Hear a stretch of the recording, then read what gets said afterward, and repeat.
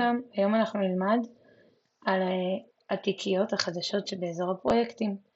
אני בעצם הולכת לראשי פרויקטים, ובעצם פה יש לי את כל הפרויקטים שלי, וזה אזור התיקיות. אני יכולה לעשות תיקייה חדשה, ולקרוא לה נגיד תשלומים. איך אני מעבירה לבפנים? אני לוחצת פה, ועושה העברה לתיקייה, ופה יופיעו לי כל התיקיות שיש לי, תשלומים, וזה עובר.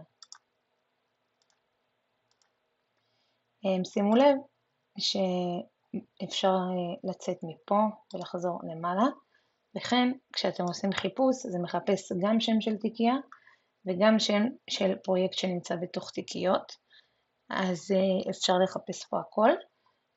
אפשר גם למחוק תיקייה, אפשר גם לעשות צבע לפי התיקייה, וכמובן לשנות את השם ולערוך. פרויקט חדש פותחים פה, כמו בדרך כלל. בהצלחה.